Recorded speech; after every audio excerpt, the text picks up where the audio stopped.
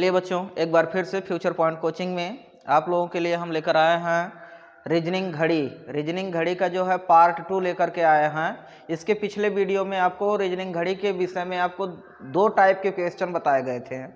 आज जो बताए जाएंगे यहाँ पर अलग अलग टाइप्स के जो है क्वेश्चन बताए जाएंगे। आज फिर यहाँ पर एक नया टाइप होगा आपके लिए। घड़ी में हम दर्पण को लेंगे, दर्पण के माध्यम से उसमें बताएंगे वास्तविक प्रतिबिंब क्या होगा, वास्तविक समय क्या होगा और प्रतिबिंब वाला समय क्या होता है। लेकिन उसके पहले एक नोट यहाँ पर बना लीजिए। एक नोट हम आपको बता दे रहे हैं, नोट कर लीजिएगा उसको अच्छे से। घड़ी की कुछ खास बातें हैं, जैसे घड़ी प्रत्येक घंटे में घड़ी की 2 सुइयां आपस में एक बार मिलती हैं। लेकिन अगर 12 घंटे की बात की जाए तो 12 घंटे में 11 बार मिलती हैं और 11 बार एक दूसरे के विपरीत होती हैं। और 1 घंटे की बात की जाए तो 1 घंटे में विपरीत होती हैं और 1 घंटे में एक बार ही एक साथ होती हैं। लेकिन 12 घंटे की बात की जाए तो 11 बार एक साथ होती हैं और 11 बार एक दूसरे के विपरीत होती हैं। एक साथ होने का मतलब है कि 0 अंश का कोण बनाती हैं और विपरीत होने का मतलब है एक दूसरे से 180 अंश का कोण बनाती हैं। अब रही बात समकोण बनाने की, तो घड़ी की सुइयां 1 घंटे में 2 बार समकोण बनाती हैं। घड़ी की सुइयां 1 घंटे में 2 बार समकोण बनाती हैं, जबकि 12 घंटे में 11 का जो है दूना कर लीजिए, 11 दूना 22 बार समकोण बनाती है। 12 घंटे में दोनों सुइयां एक दूसरे से 22 बार समकोण बनाती हैं, जबकि 24 घंटे में 44 बार हो जाएगा। 24 घंटे में कितना हो जाएगा? 44 बार हो जाएगा। ऐसे इनका 24 घंटे में कितनी बार समकोण बनाएंगे, कितनी बार एक साथ रहेंगे? तो 22 बार साथ रहेंगे। 22 बार दोनों सुइयां एक साथ रहेंगी और 22 बार जो है एक दूसरे के विपरीत रहेंगे। ये जो है थोड़ा सा आपके लिए मोस्ट इंपॉर्टेंट पॉइंट है, यहाँ से भी क्वेश्चन पुटअप कर लिया जाता है। अब आइए आगे की ओर बढ़ते हैं। आज हम यहाँ पर बताने वाले हैं घड़ी के लिए जो सवाल है यहाँ पे, मान लीजिए घड़ी है और फिर समतल दर्पण लगा हुआ है। समतल दर्पण लगा हुआ है तो इसका प्रतिबिंब जो बनेगा वो किस टाइप का बनेगा, हम इस पर विचार करने वाले हैं। ये है आपका घड़ी का रीजनिंग है। तो पार्ट 2 है, इसका पहला पार्ट आप लोग जो है देख चुके होंगे या नहीं देखे होंगे तो वीडियो पिछले जो है डाला गया है, उसको देख लीजिएगा। तो घड़ी का ये पार्ट 2 है। अब इसमें हम बताने जा रहे हैं कि दर्पण में अगर हम किसी घड़ी को अगर दर्पण में देख रहे हैं तो जो समय हमको दिखाई पड़ रहा है तो उससे हम कैसे अनुमान लगा सकते हैं कि वास्तविक समय क्या है या फिर जो है प्रतिबिंब का समय क्या है। तो चलिए आइए देखते हैं। इसके लिए ध्यान दीजिए, आपको करना क्या पड़ता है? करना पड़ता है 1160 से माइनस करना पड़ता है वास्तविक समय। अगर आप प्रतिबिंब वाले समय को पूछ रहे हैं तो वास्तविक समय को माइनस करना पड़ता है दर्पण प्रतिबिंब का समय।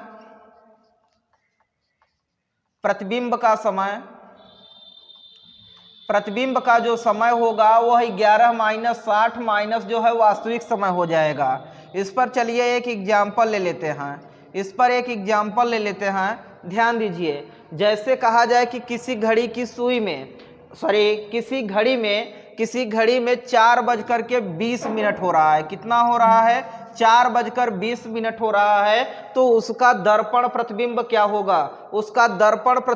होगा? तो यहाँ पर हम यही फार्मूला लगा देंगे। तो 1160 माइनस कर देंगे, 4 में से 20 को घटा देंगे।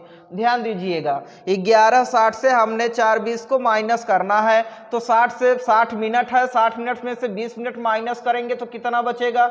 40 मिनट बचेगा। और ये कई घंटा है? 11 घंटा है। 11 में से 4 को माइनस कर देंगे तो कितना आ जाएगा? 7 आ जाएगा।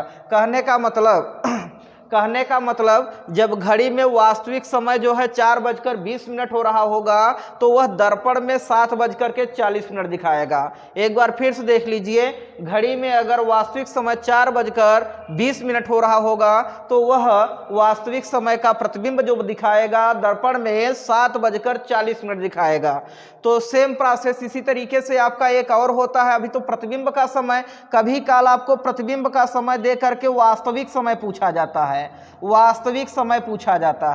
वास्तविक समय बराबर हो जाएगा 1160 माइनस प्रतिबिंब का समय। ध्यान दीजिएगा, कोई अंतर नहीं, केवल पक्षांतर हो गया है। प्रतिबिंब का जो है समय हो जाएगा यहाँ पर, अगर जैसे कहा जाए किसी घड़ी के प्रतिबिंब में 5:20 प्रतीत हो रहे हैं। कितने बजकर? 5:20 प्रतीत हो रहे हैं, तो उसका वास्तविक समय क्या होगा? 5:20 प्रतीत हो रहे हैं, तो उसका वास्तविक समय क्या होगा? तो ध्यान दीजिए, ये प्रतिबिंब है 5:20, तो हम इसको जो है 11:60 से घटा देंगे 5:20 को, तो ये देखिए 60 से 20 घट जाएगा तो आपका 40 आ जाएगा। और यहाँ पे 11 है, 11 में से 5 घटा देंगे तो कितना होगा? 6 होगा। कहने का मतलब वास्तविक समय जो होगा वो आपका 6:40 होगा। वास्तविक समय कितना होगा? 6:40 होगा। तो ये दोनों सेम हैं, फार्मूला आपका सेम है। हाँ, एक चीज और याद रखिएगा, जैसे साधारणतः अभी हमने यहाँ पे घंटे का और मिनट का क्वेश्चन लिया। अगर साधारण कहा जाए कि 4 बजे हैं, घड़ी का वास्तविक समय 4 बजा है, तो इसका प्रतिबिंब क्या होगा? तो इसके लिए आप 11:60 का मतलब समझ रहे हैं, 12 होगा। तो 12 में से डायरेक्ट इसको घटा दीजिएगा, 12 में से डायरेक्ट इसको घटा देंगे तो इसका प्रतिबिंब आपको पता चल जाएगा। 12 से 4 घटेगा तो कितना? 8 आ जाएगा। ध्यान दीजिएगा, जब आपको कोई मिनट न मिले तो 12 में से घटाइएगा, और जब आपको कोई मिनट मिला रहे तो उस समय 11:60 से घटाइएगा। एक टाइप का क्वेश्चन यहाँ पर और बहुत इंपॉर्टेंट क्वेश्चन है, उसको समझ लीजिए। यहाँ पर पूछा जाता है, जैसे कहा जाए कि 12:40। ध्यान दीजिएगा, 12:40, किसी घड़ी में 12:40 हो रहे हैं, तो उसका प्रतिबिंब में जो समय दिखाई पड़ेगा तो वो क्या होगा? तो प्रतिबिंब वाला जो समय होगा, ध्यान दीजिए, इसको हम करते क्या है, छोटा सा ट्रिक है यहाँ पे। प्रतिबिंब का समय जब आपको निकालना होगा, ये वास्तविक समय आपको दिया गया, तो आप 11:60 से माइनस करेंगे, लेकिन किसको? 12:40 को नहीं। हमारा जो घड़ी का टाइमिंग स्टार्ट होता है वो 12 से होता है, तो इसलिए इसको हम 12 नहीं, इसको हम लिखेंगे 0:40। इसको क्या लिखेंगे?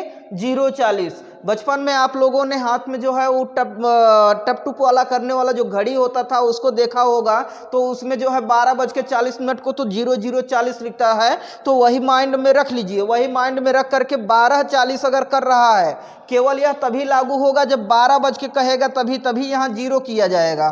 तो 11:60 से जो है 40 जो है घटा दिया जाएगा, तो ये आपका कितना हो जाएगा? 60 से 40 घट जाएगा तो 20 आ जाएगा, और कितना आ जाएगा आपका? 11। ध्यान दीजिएगा, 12:40 अगर हो रहा होगा तो प्रतिबिंब में समय वह कितना दिखाएगा? 11:20 दिखाएगा। ध्यान दीजिएगा इस बात को। 12 को आपको क्या करना होता है? 0 करना होता है। या तो एक तरीका और है, एक तरीका और यह है कि इसको 23:60 से घटाइए। 12 दूना 24, ये 12 से जब ज्यादा समय हो गया तो हम जो है 24 घंटा को, जो है 1 घंटे में 24 घंटे होते हैं, उसको कवर कर लिया। 23:60 कर लिया। 23:60 में से जो है 12:40 को घटा देंगे। 12:40 को घटा देंगे तो यहाँ पर 60 से 40 घटेगा तो कितना आ जाएगा? 20 आ जाएगा। 3 में से 2 घटाएंगे तो 1 आएगा, और 2 से 1 घटाएंगे तो 1 आएगा। दोनों से आपका आंसर सेम होगा। अगर आप यहाँ पे 11:60 केवल लर्न करना चाहते हैं तो माइंड पर रखिए, जब भी 12:40 की बात हो, चाहे वो वास्तविक समय हो चाहे प्रतिबिंबित समय हो, तो उस समय आपको 12 को क्या कर देना है? 0 कर देना है। 12 को क्या कर देना है? 0 कर देना है। बाकी आपका आंसर तुरंत आ जाएगा। 60 में से 40 घटा, 20 आ गया, 11 आपका था, 11 आ गया। तो इस तरीके से घड़ी का ये पार्ट 2 होगा, जिसमें आपको जो है प्रतिबिंब के रूप में जो है इसका जो है बताया गया। अब एक चीज और होता है, ये तो दर्पण का प्रतिबिंब था। ये किसका प्रतिबिंब था? दर्पण का प्रतिबिंब था। दर्पण का प्रतिबिंब हो गया आपका। दर्पण के प्रतिबिंब में जो आता है, इसी टाइप के क्वेश्चन आते हैं। अब आते हैं हम आपके जल प्रतिबिंब पर। जल प्रतिबिंब पर इसमें जो है लिया जाता है, क्वेश्चन बनाए जाते हैं। तो आइए उसको देखते हैं, जल प्रतिबिंब में कैसे क्वेश्चन जो है पुटअप किया जाता है। जल प्रतिबिंब में जो होता है, ध्यान दीजिएगा, दर्पण में जो चेंजिंग होता है वो पार्श्विक चेंजिंग होता है, अगल बगल का जो है बदलाव होता है। लेकिन जो दर्पण होता है वो जल जो होता है वो आपका एकदम बिल्कुल उल्टा कर देता है, नीचे का ऊपर, ऊपर का नीचे कर देता है। तो ध्यान दीजिए, इस क्वेश्चन को सॉल्व करने के लिए भी ट्रिक है। जब जल प्रतिबिंब पूछा जाए, कोई घड़ी है कोई घड़ी है, अगर इसका जल प्रतिबिंब पूछा जा रहा है, जल प्रतिबिंब पूछा जा रहा है, तो इसमें जो है हम इसको कैसे सॉल्व करते हैं, आइए एक ट्रिक के माध्यम से देख लेते हैं। इसमें ध्यान दीजिए, इसमें आपको जब दर्पण समतल दर्पण प्रतिबिंब लिया जाता है तो 1160 से घटाया जाना होता था, 1160 से। इसमें आपको माइंड पर रखना है कि 1790 से घटाना है। किस में से घटाना है? 1790 में से घटाएंगे तो आपको जल का प्रतिबिंब जो है आपको प्राप्त हो जाएगा, या जल प्रतिबिंब का समय देगा तो आपको वास्तविक समय प्राप्त हो जाएगा।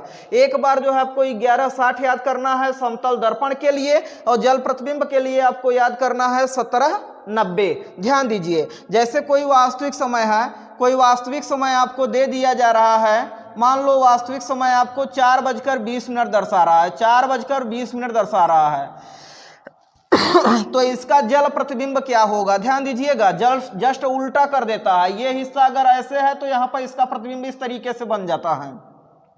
आप कभी तालाब या नदी के किनारे खड़े होकर के पेड़ पौधों की छाया को देखे होंगे, जस्ट अपोजिट दिखाता है, अपने आप को भी देखे होंगे तो उल्टा दिखा। वास्तविक समय हमने ले लिया 4:20, तो इसका हम जल प्रतिबिंब पूछना चाहते हैं कि इसका जल प्रतिबिंब कितना बनेगा, जल प्रतिबिंब में इसका समय क्या होगा। तो जल प्रतिबिंब में जो इसका समय होगा वो होगा आपका 1790 माइनस 4:20 कर लेते हैं। ध्यान दीजिएगा, 1790 से 4:20 कर लेते हैं तो 0 से 0 घटेगा तो 0 आ जाएगा, 9 से 2 घटेगा तो कितना आ जाएगा भैया? ध्यान दीजिएगा, 9 से 2 घटेगा तो कितना आ गया? 7 आ गया। 90 से 20 घटा दिए 70 आ गया।